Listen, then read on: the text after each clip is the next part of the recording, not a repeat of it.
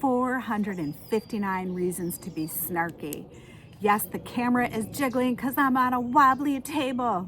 Hey everyone, welcome. I'm going to do these mini episodes for art and business on YouTube and guide you guys all to this page so that if you really resonate with the message I'm sharing today, put some links down in the comment and then I'll know to move forward.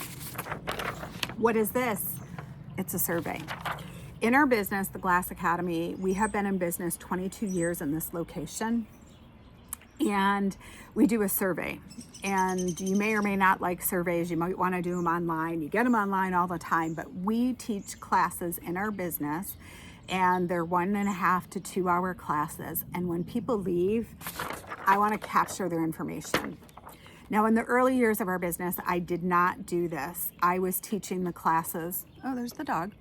I was teaching the classes, and I instantly got the feedback I needed because of the people I was working with. As we added more instructors, usually I was around the studio and I could see what was happening. But over time, I recognized if we wanted to really grow our business and offer the best services, we needed to get feedback from the people.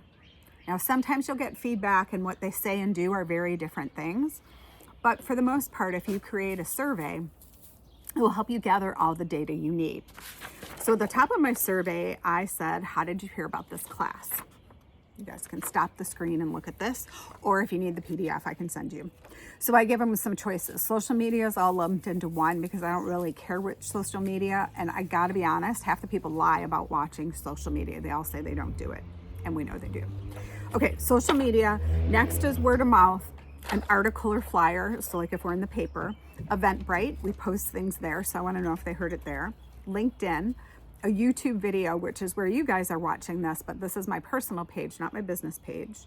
Internet search, which is our biggest one, or the Michigan Renaissance Festival, which is a fair and festival we do that's 7 weekends. So this particular customer checked off word of mouth. So she heard about us from someone and came to the class. So she does follow us on Facebook, and I say she because I happen to know this was a woman because she commented to one of my staff on the way out. We don't put names or addresses or contact information on the survey at all, but I do have at the top who taught the class and who was the host and who is the instructor, because each of them have different things to say during the class period. And it's important that the messages are shared correctly, and if someone does a really good job, I can give them credit here.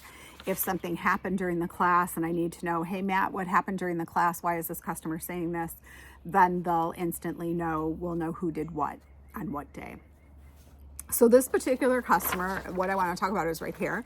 They say, I say, we appreciate your comments. Feel free to write a testimonial here or any suggestions you have. Now you gotta be, this is where I'm saying and being snarky, and I'm kind of laughing about it. I could be really snarky and take this comment and say 50 things wrong with it.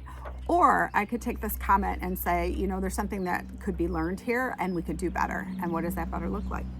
So her reply is, this place is not well known. Maybe contact cities nearby. It's so cute. Her age category is 50 to 59, which is actually a category I fall into. So I think of one of my peers, you know, they're trying to be helpful. They're saying like, hey, I got here by word of mouth, but I didn't know this place was here. Maybe you guys could do better. Contact the people around you. And I even laugh at this too, because down below, share a Google review. So I am leading the customers to ways that they could do this. Word of mouth is your greatest asset. If you can get testimonials or feedback from the people that came to your classes or tried one of your products, that is going to be your best testimonial and your best source of getting new people to your space. Now, when she says contact cities nearby, I will let you know we've been in business 22 years now, and all the cities nearby get press releases every time we invent a new class. If we're hosting something, all the neighboring cities know about us. I do have another form in the studio for a contest that if they fill out, they can write their city in there. And interestingly enough, the city that is most popular is not a city that is in our like immediate area. It's a city that's like a couple cities out, which it's maybe demographics, population size. There's a number of reasons why it could be that city. But again, what I could do is be like, oh, are you kidding me? Like, what are they saying? Or I could see this as an opportunity to put more signage up in the studio that says, hey, if you enjoyed your experience today, let someone know. Or I could make sure the staff is well informed so that during the classes, they do tell people, hey, word of mouth is a great way to let people know we're here. Could you please take an extra flyer or two and share with your local coffee house or your community? When there's something really interesting and great, people do want to share it. They could leave a Google review, they could leave a Yelp review, they might put something on their Facebook page. Doesn't hurt to ask. So the other thing I thought of when I saw this comment was, knowing that she follows us on Facebook, I think it's time to do a contest. So I could do a call to action that says, hey, if you've taken a class at the Glass Academy, will you post a picture of your finished product and tell us what you think? That way, it stimulates the people who have taken the class to get out in the world and show their stuff on Facebook, because that's the platform she's on. And if they tag us, we can do a special incentive. Now let's think about that. If they tag us on Facebook and I say, hey, we're in April, in the month of April, we're going to pick one winner to come with a guest and take a free class. How much is that costing me? It's around $250 for us.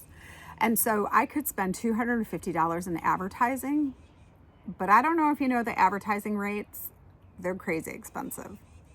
So I could take an ad out in a local paper. I could put something in the church flyer. Maybe there's a high school that's having a play coming up and they're asking for sponsorship. I could do all of those things, but for $250, that buys me very little media. So what I'm going to do is generate a contest. Does that cost me money? No, actually it doesn't. It's just time and labor to manage the Facebook contest. And if I give away 2 classes for free, the people come to the class and then we document them having the class. It's a win-win for everyone. So today's marketing tip was 459 reasons you could be snarky, or you could turn this into a great opportunity to grow your business in a new direction and a way you haven't thought of. So from Poe and my wobbly table, I bid you farewell. Thanks for watching. Subscribe down below. Throw a link in the comments. I'd love to hear what your opinion is.